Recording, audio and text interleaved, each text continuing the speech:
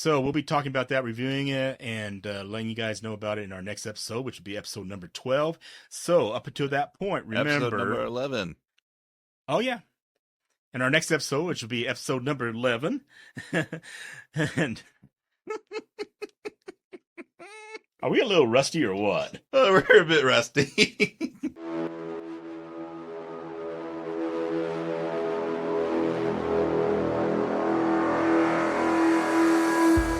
Like father. Like son. Just two regular guys that love to distro hop. Not too technical or even bleeding edge. But functional and necessary to getting things done. In Linux and open source. Join us as we learn together. On the Father and Son podcast.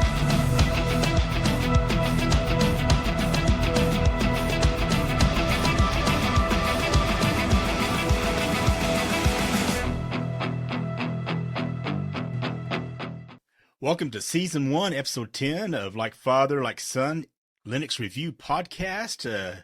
I'm Like Father. And I'm Like Son. All right. Well, we need to apologize just to start off with because we've been out for a little bit and we've had school with Jamie starting that. We've had family emergencies. We've both been sick and we apologize. But hey, we're back and we're ready to talk a little bit about some extra stuff here today.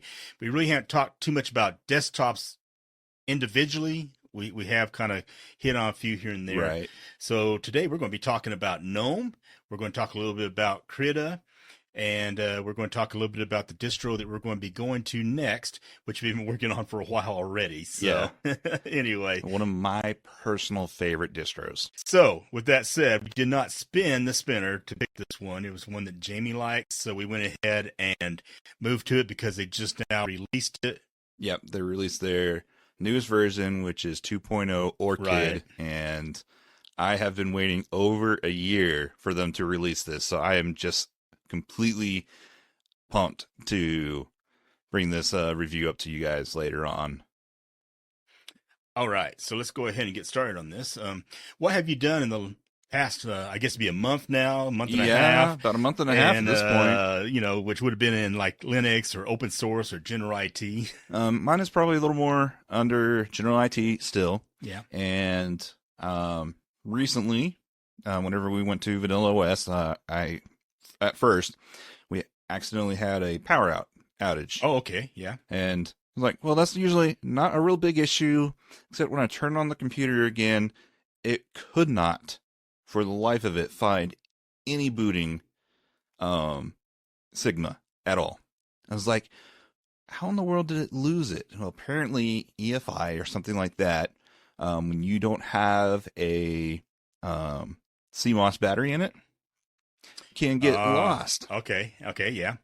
So I realized, well, my CMOS battery is dead. Which is just a watch battery thing, about that, a little bit bigger round usually. It's a CR2032. Right, which is simple in a lot of watch battery. Yeah, and it's usually right there on your motherboard. Yep, it's on the motherboard. So I opened it up, pulled out that old one, put the new one in, and had to reinstall because I could not find the EFI boot spot to try to tell my system, hey, this is where I want you to go. So luckily Vanilla is working. I have a new CMOS battery because of this, so hopefully that doesn't happen again.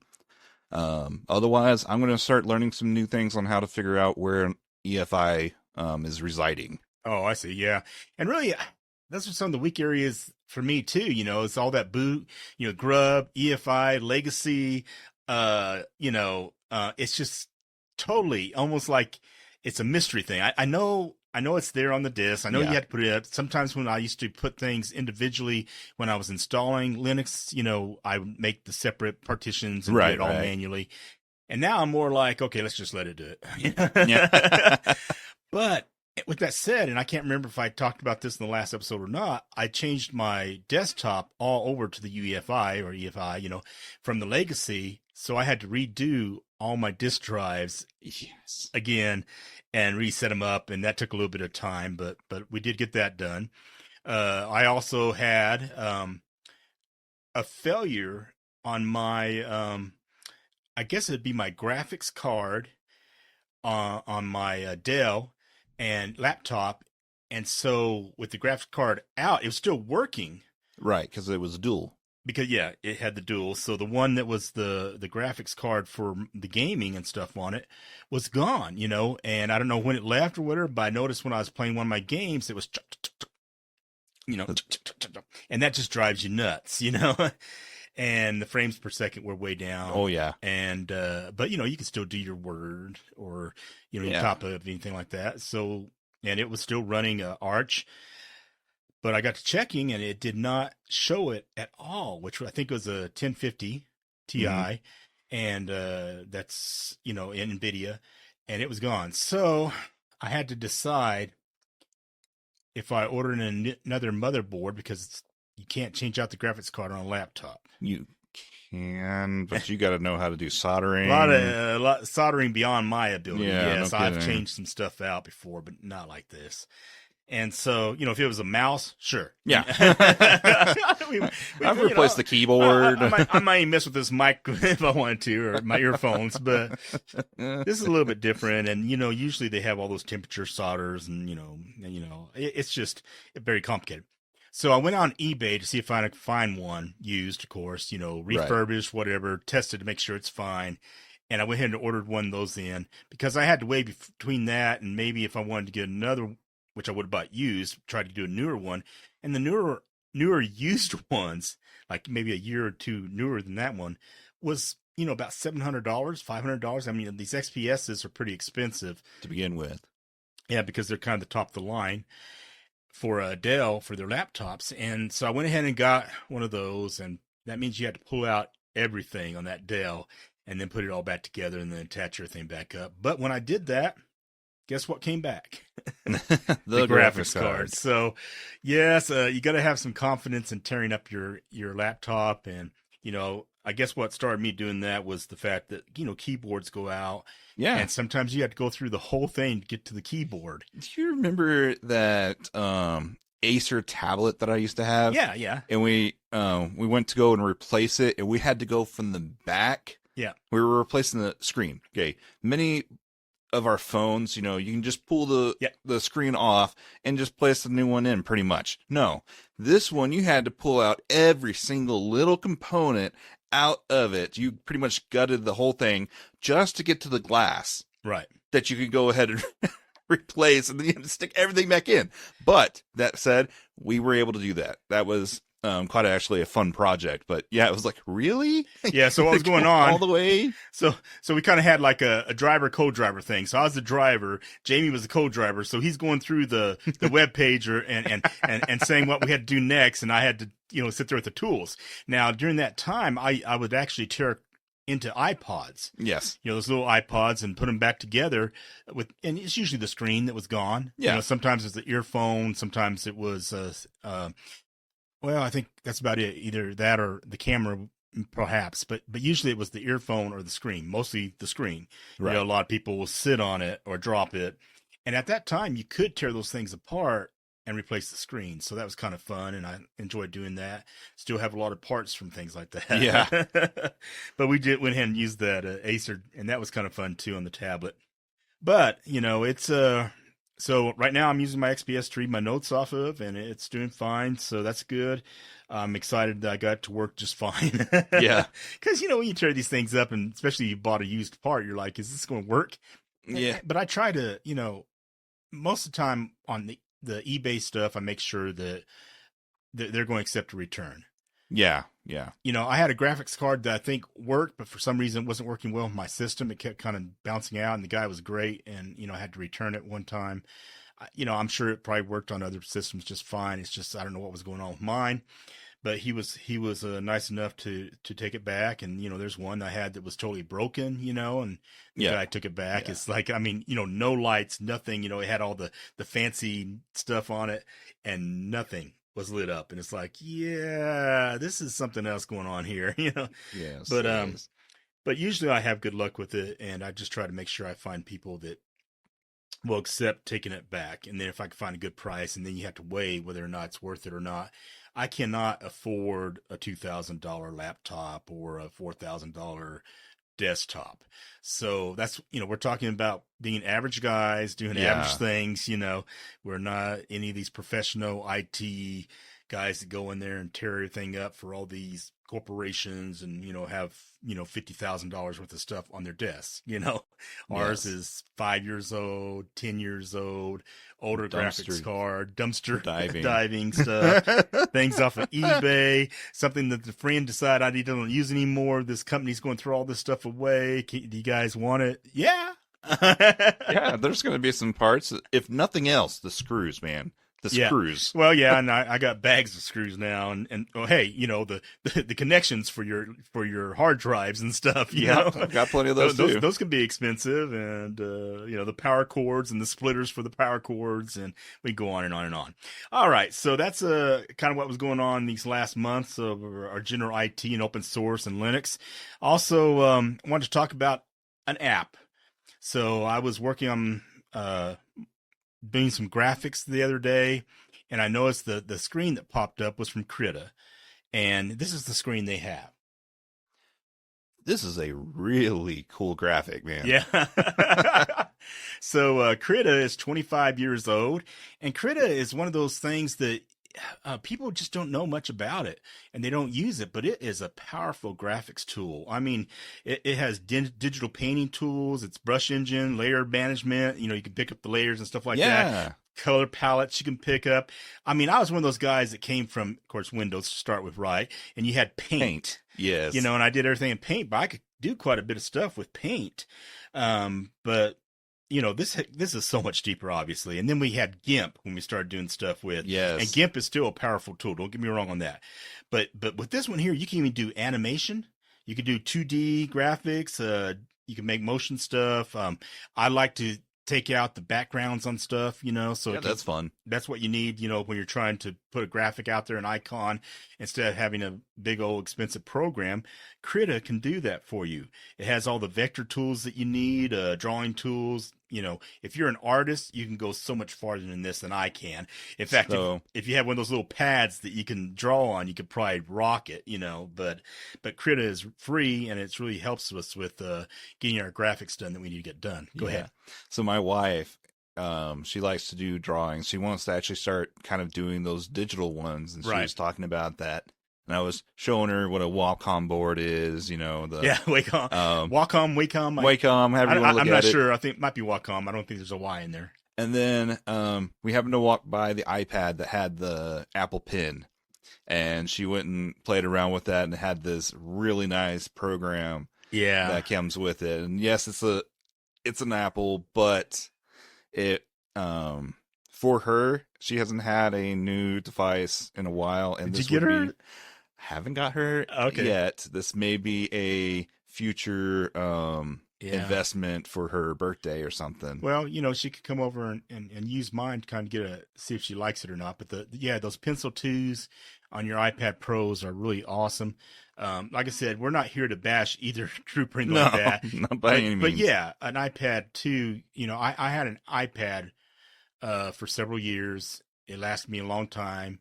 And then passed it down to me. Passed it down to you. I had another one. It lasted several years. That's the one that Holly, my wife, is using, your mom. Mm-hmm. And now I have another one that I've had probably about 3 years now. Mm-hmm. And it was the iPad Pro. And these things are expensive, though. I mean, but the handwriting stuff is, it used to be Windows that had the best handwriting tool and stuff like that. But now that Pencil 2 really does. And, I'll sit there and draw it has all the pressure control and everything like that. Yeah. So that's really good too. But yeah, you can get the Wacom stuff and put it in here with your Krita, and you can do that too. Now, with that said, those yogas that I had, I can use that and flip it over and use the stylus on it and do some pretty nice stuff too. True. If you want to spend the time with it, the more you use it, the better you get. Right. So, exactly. Yeah. But anyway, we do like the stability and the performance and the professionalism of the Krita, and they keep it up to date. It's just, it works so much better for a free program. And of course, keep in mind, kick something back to them. Let them know that, that you love their product. But man, digital painting, animation, comics, whatever you want to do, endless. you could probably do it there. So Krita is really one of the things I like to use, and I even use it to convert files. You know, if it's in one file, you can open it up and then save it to a different file. Right. So JPEG to PNG. Yeah. And those are the two mainly that you have to use, JPEG and PNG. Yeah. But I also wanted to bring a small little program here up as well, and that is LibreOffice. And, Okay. Call it a Not cop-out if you exactly a wish. small program. Call it a cop-out if you wish. It comes default in a lot of distributions, but it is a Office program.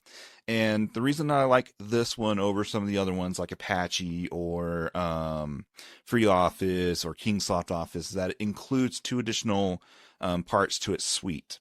So it includes Writer, which is your Word, Calc, Excel, and Impress, which is its PowerPoint. That's what a lot of these free open source Office suites will come with automatically. LibreOffice also includes Base, which is your Access replacement, and Draw, which is your publisher. So Access being the... Yes, Microsoft Access, the database. So that's your database, yeah. Yeah. So you just throw one extra little email client with that, like Thunderbird or something like that, and you've got pretty much a complete Microsoft Office replacement suite that is free and open source. Right. And it's been around for quite a while, LibreOffice. It's pretty powerful. You got to get used to things are in a different location, but you can save them to different type of text formats. Like, you know, if you need to be Word, 2000, whatever, you can save it to that. PowerPoint's in there, which is Impress. I even found Publisher, not saying that it could do Publisher, but Draw. Yeah. Will open up Publisher. So like if someone is doing something in Publisher and sends it to you to review, you can actually open it up and Draw. Yeah, there's a chance that some of those formats might be a little bit off from each other, but you'll get a general idea. And that's the other thing, when you're seeing something to another company, there could be a little bit of font change or page problems. You can always save it to a PDF is and usually then send the better one. That's a good way to do it. So, but LibreOffice has been a strong thing forever now. Yes. And so that was actually my first open source Office program. It's what got me through college. Yeah. And don't get me wrong, college offered me a Office suite of Microsoft, but at the time, trying to load it through Wine on a Linux laptop was a bit of a pain. Right. So LibreOffice is what I used, and for the most part, conversions, at least with the Word documents that I had to do, were fine. I think I only had a problem made like twice in all the stuff that I was sending back and forth. Now, keep in mind, that was back when I was using SUSE, whatever 3.2 or 3.3, whatever it was way back when. So it was one that was, I guess, proprietary, if you will. SUSE was back then, or it wasn't your open source. Then they came out with OpenSUSE, which I think now they have to do like a name change to kind of separate the two nowadays. So, but I don't think they got there yet. Anyway, so let's go ahead and move on to our Gnome. So we wanted to talk about desktop environments. We wanted to start off with Gnome. Anyway, we wanted to talk about Gnome Desktop. Now, Gnome has been around for a long time. Now, remember, we're talking about desktop environments. Right. We're not talking about your Linux OS. No, we're not talking about the OS. We're talking a lot of what you call the UI or GUI as well, which is the graphics user interface. This is the windows or the things that you're interacting or clicking on. In fact, 99% of the time when people are talking about, hey, I'm not... I don't understand this Linux thing. It's more to do with they're not used to the way it's laid out on their desktop environment. It has nothing to do with which operating system you're using. It just has to do you're used to Windows or you're used to the Mac OS and you're used to their Windows environment. So you have other things out there like Elementary OS that would look kind of like your Mac OS. And then I think, maybe like Mate or Cinnamon or something like that. That kind of looks like your Windows version. Gnome is kind of its own thing. It's a little bit different. And the Gnome desktop environment is popular and it's user-friendly graphical interface for Linux and Unix-based operating systems. But their design philosophies are just a little bit different. Gnome is designed with simplicity in mind, ease of use in mind. It aims to provide spontaneous user experience with minimal distractions. It follows a modern, if you could say that, I don't know. It's been around for a while, but it's getting more and more modern all the time. And clean design, aesthetically, it's keen on functionality and productivity. Right. Everything about it is to get to the app you want so you can use that app or bounce between the apps quickly. And actually in Gnome is one of the easiest ones to work with. As far as, not sorry, easiest one to work with. What I'm looking at is switching between apps. It has a activities overview page that is very powerful. It shows you what you have open on every single page or workspace, and across all your monitors. And if you're looking for a certain program you already have open, you can go and find it. It's really beautiful. Love it. So when you open it up, it's just, I mean, it's basic. Like it has, like, I mean, we're showing a screenshot right here, and it's just you're looking at kind of what they call the desktop, if you will. And the desktop here, they're not thinking in the lines that you're going to be using your desktop at all. They're actually thinking down the lines. In fact, when you first open it up, it puts it on the activities page. And the activities page opens up and it's getting you to, okay, hey, this is where our docking station is. This is where we're going to move from app to app. We're going to move from window to window, or what we call workspace to workspace, or we're going to do a search. Now, the search, remember I kept talking about K-Runner. Now, see, it wasn't always K-Runner that was working like that for me. It used to be I was working with OpenSUSE Tumbleweed, and it was on Gnome, and I'd open up Gnome. Well, I'd hit that super key, which is the Windows key, or something that have a command key, and it would bring up that page, and I'd type to search. And when you type to search, which is the top of this page, it would actually bring up app possibilities. It bring out file possibilities, web page search possibilities, all there. And I got used to that. Yeah. And when I went over to KDE, it didn't have that. Until they did K-Runner later on. So I was like, so I kept trying to find ways of doing that. And there was different things you could put in there because KDE is totally, you can change things. Yeah, customizable. So it just kind of messed me up at first, and that's pretty cool that it does that. And I got used to doing that again. It took a little while to get used to that. But yeah, those. And then you always have to remember that there's some customized stuff going on. One's the extensions. Oh, I love the extensions. Okay.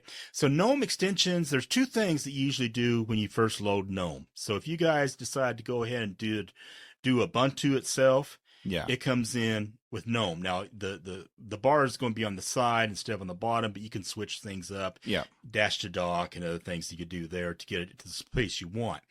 But when that comes in that way, you have to remember that there is some things you can customize.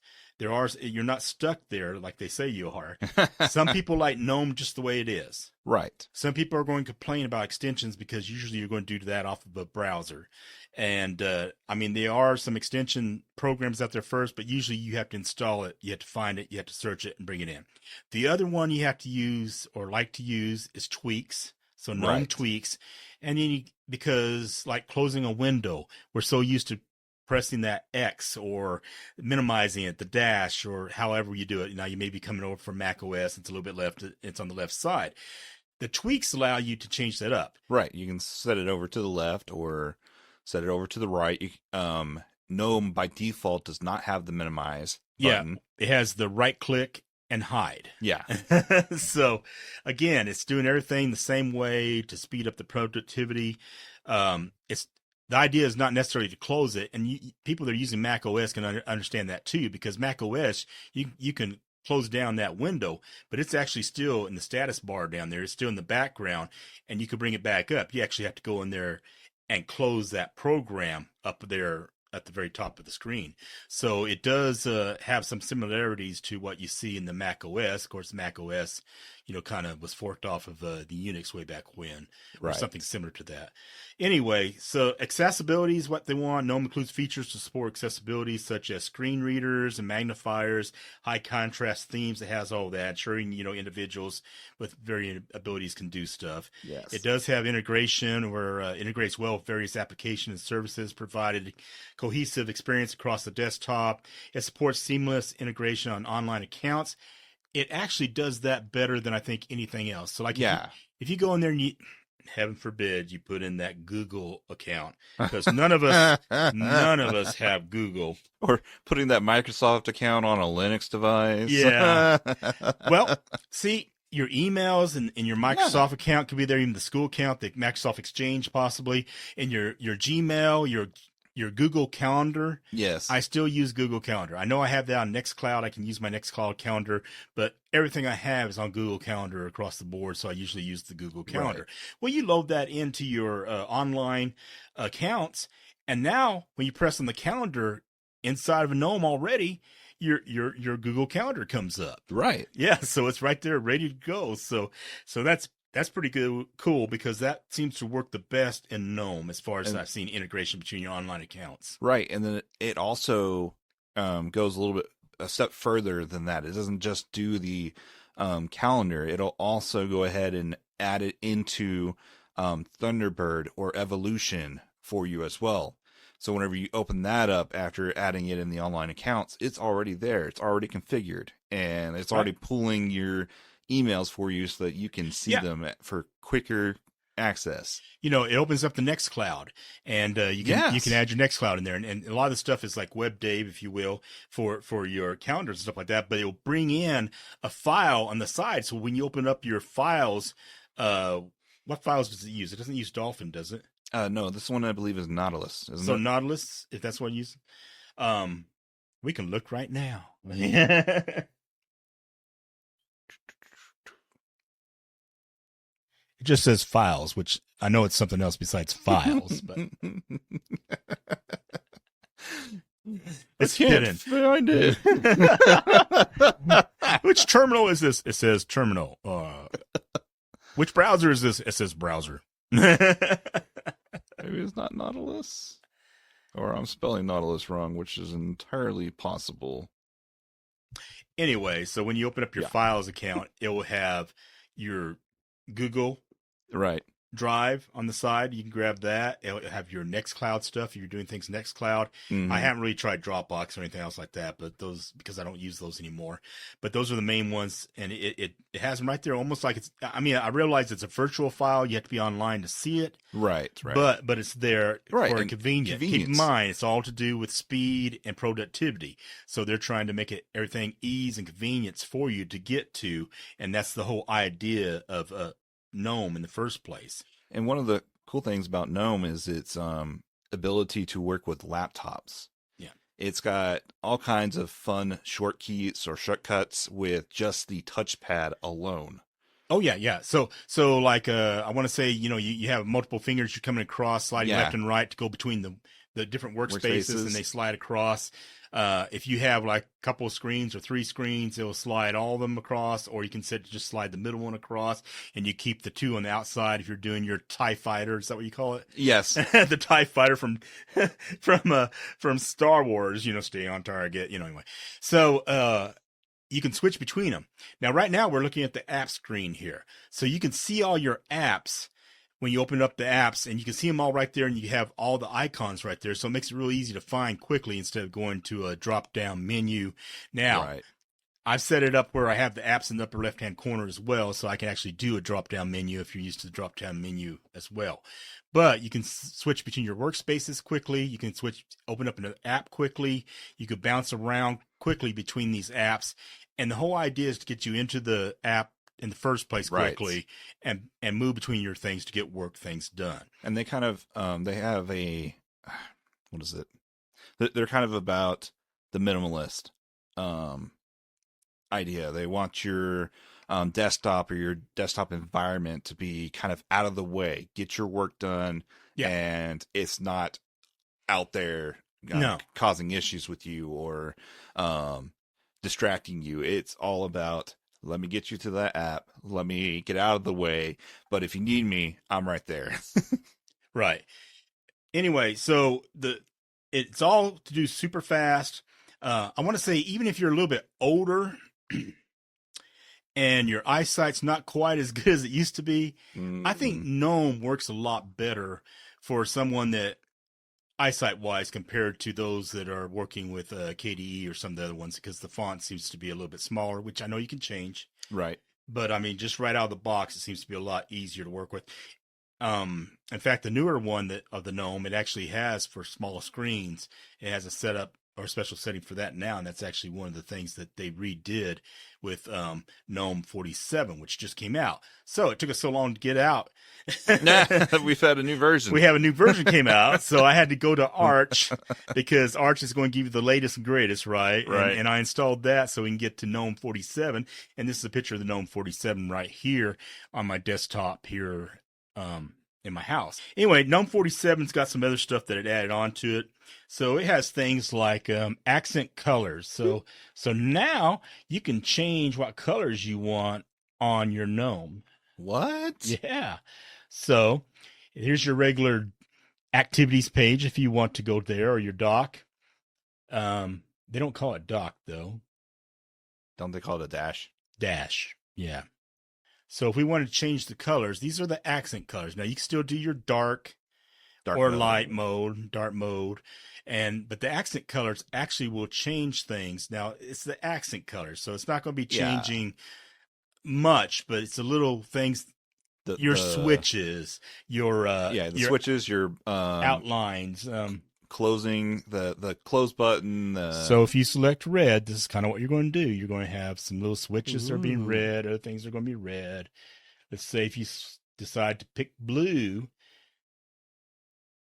Yeah, of course I messed it up. You're going to pick blue. If you're going to pick blue, then the blue is going to have the accents and outlines. Right. So that's kind of a neat thing they did. They actually have some screen capture hardware encoding that they did better with. I think that has to do with AMD GPUs and also to do with your switching over to the Wayland to make it work better with Wayland. Right. It doesn't use as much as your resources to run it. So if you're running an older computer, this is going to help you with the newer Gnome 47 compared to the older Gnomes. It also has a more accurate rendering. Also, I think to do with your switching from your legacy to more modern systems. Right. It just they're trying to say, okay, we're still going to help the older systems out, so we're going to keep from using as much resources. I don't use the remote desktop sessions. Do you use any of the remote desktop sessions? I don't, but if I were to help my mother-in-law or somebody else like grandma, who isn't in Lubbock, I can't just go over to their house and be like, here, let me turn that on for you. I've had to do that part before. Yeah. Yes, I have done that way. I don't use RDS or RDP very often, but it is there if you need it. Yeah. It it has a new style dialogue windows. You can see it looks a little bit different if you're using Gnome already from the Gnomes of past. It does have a little bit smoother edges and a little bit sharper, more modern look. It is crisp. It does look nice. I do like the way it moves around. It seems to be just a little bit faster the way I have this set up, but I was bouncing around between two different operating systems, so it could be the two different operating systems instead of the 47 versus 46 or 45 or 44 or some of the other Gnomes. I'll tell you this, that I actually, the way that it is now, or the way that Gnome 44 looks, was something that I absolutely used to hate. Yeah. I mean, quite honestly. I started off with Gnome 2.0. Okay, the top, it still had the top bar, but it had your status bar at the bottom, and it was still just a menu system. It wasn't bringing up this activities view, or all your apps are in taking up your whole screen when you're looking for just one application instead of going, like, I can go file, go through all my things. That came out, if I remember correctly, in Ubuntu 11.02, 04? Don't get me lying, because remember you stepped back into Linux for quite a while there, and I kind of stepped out of it. Right, and that was my first introduction to it, and I was like, oh, nope, don't like this. Oh, no, I take that back. My first exposure to it was in Fedora. Okay. When 11.04 Ubuntu came out, Unity was the one that came out, and it had a very similar feel to that as well. But no less, I didn't like the change, and that's just to go to say, give it a little bit of time. Yeah. Work with it, and it can grow on you. So let's be honest here for a moment. What makes when you get used to using something, if you use it all the time, that's the difference between going from the Windows to the Linux, or from Mac to Linux. I mean, yes, we're going to be talking about, there's a lot more security things that are going on in Linux compared to your Windows, a lot less of the proprietary stuff going on, a lot less of the hidden stuff. And so that's all going in the backside. The first time you're jumping in Linux, you're usually jumping in to a desktop environment. Yeah. And that's what you need to be learning, is that desktop environment. And I think Gnome is simple enough to use. You can find things quickly. It reminds me a little bit more of a little bit more of the Apple iOS type stuff. Right. Or, when you went to Windows 11, remember 8 was kind of that way. But now when you move up to the Windows 11 we have now, they're trying to move everything to the center, and you open up that middle part, and all the icons are right there in the middle. Kind of following a Mac feel. A little bit. I'm not saying one's following the other. Gnome was out there before that, I believe. Yes. At least, especially before the 11. But now, the difference between Gnome 2 and Gnome 3 is quite a bit. Oh, yes. No. But what I'm trying to get at, sorry, it's usually your desktop environment you're getting used to. Yes. It's not the Linux behind it. Yes. Some of us that have been more experienced in it, we get used to terminal. There's certain terminal things you're using between each operating system. Mm-hmm. Okay. Installing is a little bit different between each operating system. Now, beyond that, we're going to be talking about desktop environments. And the desktop environments are things going to be like, where are my apps? Yep. How do I install a new program? Where do I file things? So where are my documents going? Where are my pictures going? Where are my videos going? In fact, in all the operating systems you're talking about, it's usually all the Windows we're talking about. I mean, all the Windows, sorry.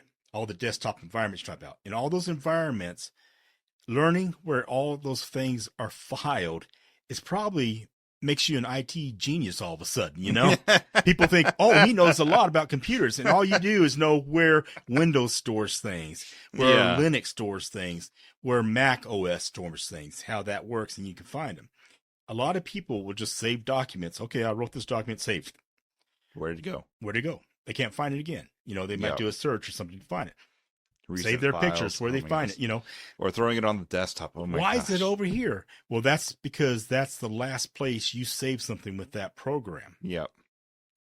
Also, if they put stuff on that desktop, all of a sudden when that link changes, when someone moves something, if they moved it themselves, I'm going to take all these files and move it in their proper place. I'm moving them all down in my documents under file number A64389, whatever, to do with the date maybe or whatever.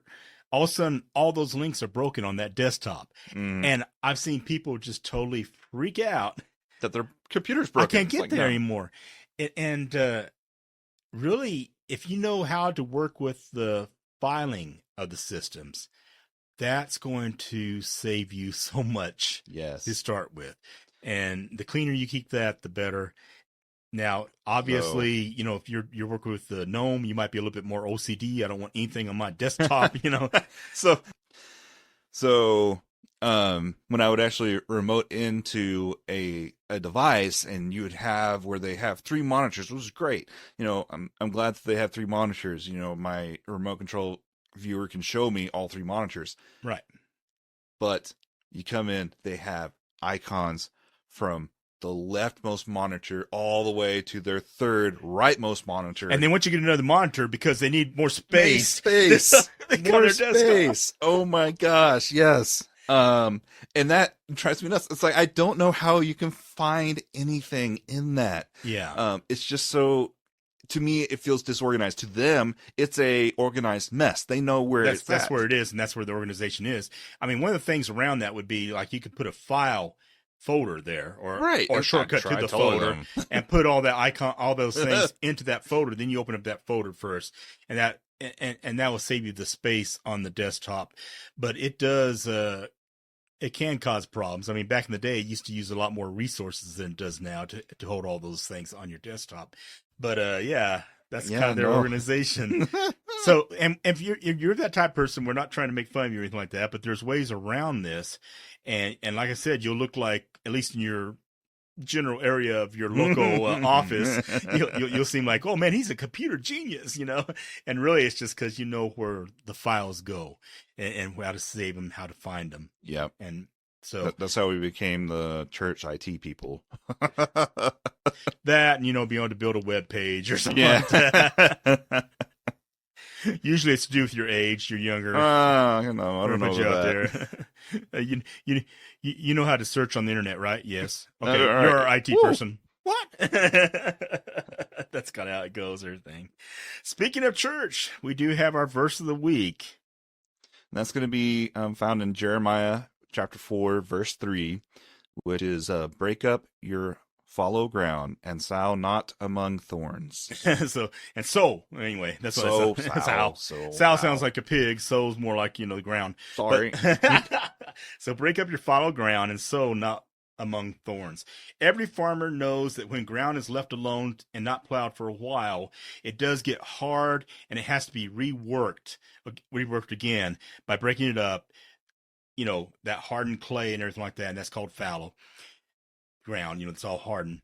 And then you break that all up, and then you're able to plant your crops or your produce. It's been hardened. And that's what's called fallow ground. And also you have to get rid of all the weeds. We have similarities in that when we step away from Linux for a while. In this case, Gnome. We stepped away from Gnome for a while, and then we're getting back into Gnome. And I used to use Gnome quite often, and now I'm like, how did I do this? I probably called you and said, how do I minimize this page? I can't remember how to do this. Right click minimize, right click hide. Yeah. So, it does take a little while to get ourselves back to being, where we can work it well, and key ways to understand that better. Now, the problem is with illustrations and talking about things of God is we fall well short of the work of God in our lives when we're using illustrations, but it kind of gives you an idea of what's going on. See, in a very small way, these illustrations help to understand a little bit of what is going on with God. Right. And that's what's happening here in Jeremiah 4:3. See, the men and women of that time walked away from God. They actually started worshiping other gods, little g here. Yes. And he's saying, look, your hearts have become hardened. It's like fallow ground. Right. Rework that again. Now, he's not saying working your way to heaven. He's saying work this relationship with me again. Mm-hmm. Okay? Start worshiping me. Start following me in my ways again. Okay? And then also he says stay away from those thorns, because that's what will start coming in, those other gods, if you will. The other things that we start worshiping gets in the way. So what we're supposed to do is work that ground in that relationship again. Repeat these ways that you are in. Get rid of those thorns. Get rid of that sin. Make the ground fertile again. And for us, that means to repent of the sin, get back into our time with God, get back into his word, and let his love grow inside of you. Let it be contagious to those around you, because when you're letting your light shine, Jesus' light through you, other people are going to notice, and they're going to adjust to that as well. This is, again, not works to heaven. Right. This is working that relationship. So just like with your Linux and trying to learn Linux, sometimes it's going to be hard to do, but it's usually worth it on their side when you figure things out. When you're working things with the Lord, you have to spend time with him. It doesn't happen automatically. It happens when you form that relationship, just like any other relationship that you're in. Right. You got to spend time with it and work that ground. So we do our next Linux is going to be, we're distro hopping, right? All right, so we're going to be distro hopping. We're going to move from what we were before, which was Bazite. which was the gaming Linux. And now we're going to move on into Vanilla OS. We already told you about that, so he's excited about that. All right, which will be episode 11. It's going to be our next one, and we'll be talking about Vanilla OS, which is a great operating system, which is based on Debian. Yeah, but it looks really cool, and guess what? It does have GNOME as a desktop environment. Imagine that, right? All right, remember, up to that time, love God, love your neighbor, keep your mind sharp, and also your computer with Linux and open source. Thanks, love you guys. Thank you. See you next episode.